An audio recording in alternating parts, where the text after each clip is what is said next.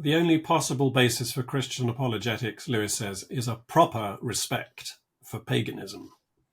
Now, there's a lot about paganism which is wrong and needs to be turned away from.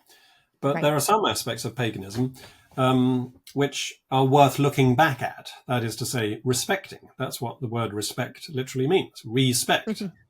And think of a good biblical example in the case of Paul, the apostle, when he goes preaching to the Athenians in Acts 17. 17. You remember he goes around the Acropolis and he sees an altar to an unknown god. And then Paul, in addressing the men of Athens, says, what you worship as unknown, I proclaim to you. Even some of your poets, he says to the Athenians, have told us that we live and move and have our being in God, and that we are indeed his offspring. And he's quoting there some of your poets, some of the Greek pagan poets. Epimenides and Aratus were the two poets, in fact, that he's talking about, though they're not named in the book of Acts.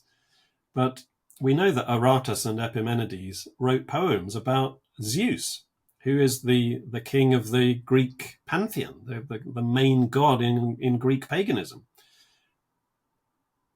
In Zeus we live and move and have our being, is what St. Paul is quoting, for we are indeed Zeus's offspring. Again, he's quoting pagan poetry. Yeah. Not of course because he's wanting to encourage people to worship Zeus. He's using it as a springboard in his presentation of the Christian gospel. He's, as it were, respecting his Greek audience, and he's finding some common ground with them. They understand that we live and move and have our being in God. They understand that we're God's offspring. They're wrong in calling God Zeus, but they're right in these other respects. They don't need to, their incomplete and inadequate religious knowledge doesn't need to be absolutely obliterated. It can be worked with. There's some common ground that Paul is finding with them. He's meeting them where they are. Where else indeed can they be met? And he's working with their religious knowledge and adding to it and correcting it and refining it so as to say that God is not called Zeus. God is the God and Father of our Lord Jesus Christ. That's what he will go on to say. Yeah. But he's respected paganism enough to bring his audience with him. And that's precisely what C.S. Lewis, many centuries later, would be doing in his own respect for, classical mythology and classical cosmology, and indeed medieval astrology.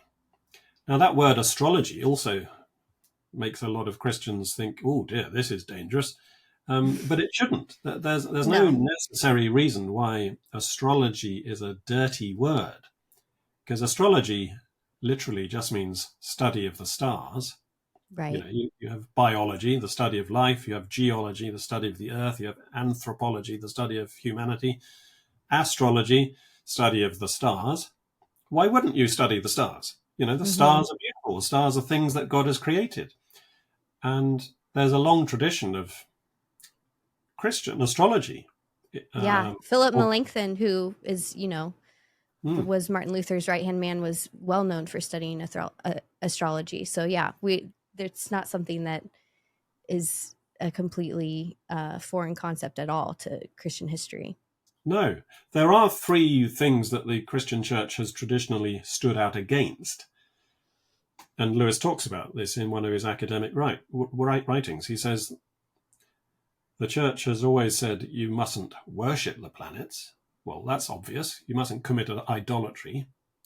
These celestial objects may be beautiful. They may even possibly be powerful, but they're not divine and they mustn't be worshipped. Lewis also says you mustn't regard the planetary influences as determinative. They may have an effect upon you, and it's hard to deny that the sun has an effect upon us. I mean, there would be no life on Earth if there was no sun. And we all feel brighter when the sun is up. We all tend to feel better in the summer than in the winter. So, of course, the sun has an effect upon us, but it doesn't determine our personalities. It doesn't overrule our free will and our responsibility before God. So the church said you mustn't regard planetary influence as controlling you, even though it might give you a disposition. And thirdly, Lewis points out that the church stood out against what he calls the lucrative and politically undesirable practice of astrologically grounded predictions. So, in other words, you can think of, some court astrologer in the Middle Ages who goes to the king and says, "Oh, king, the planets foretell great success if you go to battle next Friday week."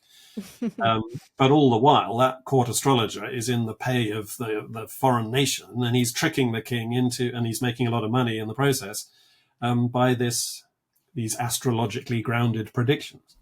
And the church stood out against that too. But in general, the church was quite happy to accept the idea that the planets influence us because it seemed to be entirely consistent with the Bible. Yeah. Think of, in the book of Judges, the stars in their courses were fighting against Sisera, we read in the book of Judges. There seems to be an active influence of the planets in a human battle. We've already talked about Psalm 19, the heavens are telling the glory of God. Yeah. And if you come down to the New Testament and Matthew's gospel, think of the wise men who come from the east. Right. We have seen his star in the east and we have come to worship him. And they go to Bethlehem and they worship the Christ child. But they were magi. They were wise men. They were wise in the study of the stars. They were astrologers. And their astrology led them to worship Christ. So astrology is not a necessarily bad thing at all. It just has to be kept within suitable confines, as indeed all elements of human activity need to be restrained and disciplined.